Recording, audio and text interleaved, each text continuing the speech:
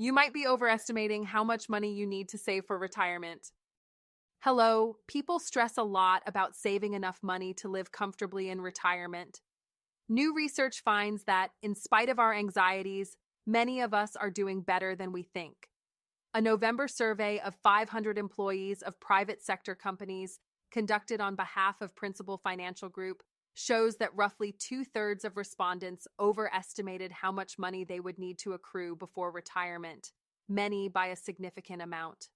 Principal found that 56% of respondents believe they need at least 30 years' worth of income saved before they can retire comfortably. This is about 3 times higher than what experts generally recommend. But Sri Reddy, Senior Vice President of Retirement and Income Solutions at Principal Financial Group, says he's not surprised that people make this incorrect assumption. People who think they need 30 years worth of income probably believe that they need to have enough saved up to cover every year's worth of living expenses after they retire, he says. In reality, if people save 10 times their annual salary, that plus Social Security will bring them to between 75% and 80% of their pre-retirement income, provided they know how much they can safely withdraw every year to balance the need for immediate cash with the need to continue saving for years to come. And unfortunately, Principal's survey finds that's another figure people tend to miscalculate.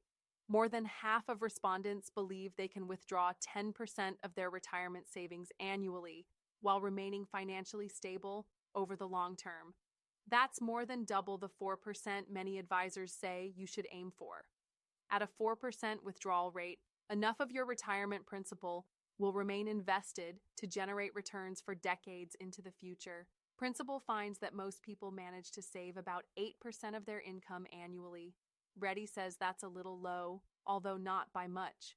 Try to get to at least 10%, he says, including both your contributions as well as your employer match.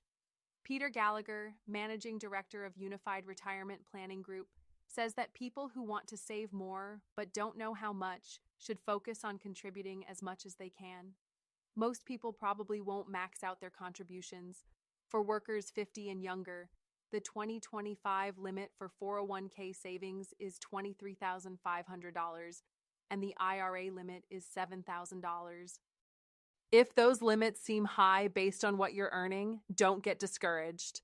In fact, Reddy says that's actually a big risk, that people become intimidated by the amount they think they have to save up and not even trying. Saving anything is better than saving nothing, he says. He adds that there are ways for people to increase their savings rate over time without feeling deprived. As you get raises in the future, consider earmarking half of that for savings. It's hard to miss money you're not used to getting, he says. And, as it turns out, you actually can save too much for retirement. The issue isn't the dollar amount so much as where you're saving it, Nicole Garner-Scott, a financial advisor with Northwestern Mutual, previously told Money. If you need to access your money before you're nearly 60, you'll get hit with an early withdrawal penalty, plus have to pay income tax on the money. While you can borrow against a 401k, you don't have that option with an IRA.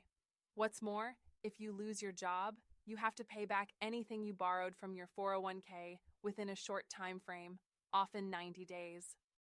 The other problem with saving too much for retirement in pre-tax instruments like traditional 401ks and IRAs is it can lead to unexpectedly big tax bills once you get into your 70s and beyond, and potentially for your heirs as well, Gallagher says. Gallagher says that many people who spend their lives scrimping and saving don't realize they've reached a point in retirement where they can actually enjoy the fruits of their labor. It's usually a shock at first, he says. They feel like they don't have enough. Because of recent changes ushered by the Secure Act 2.0, people who inherit IRAs from a parent have just 10 years to pull that money out after the parent's death. For an adult child who inherits a $1 million IRA, this means having to essentially tack an extra $100,000 onto their taxable income every year for a decade. If you enjoyed this, smash that like button, share it with your future self's BFF, and subscribe for more money hacks. Hit the bell so you never miss a video. Thanks for watching.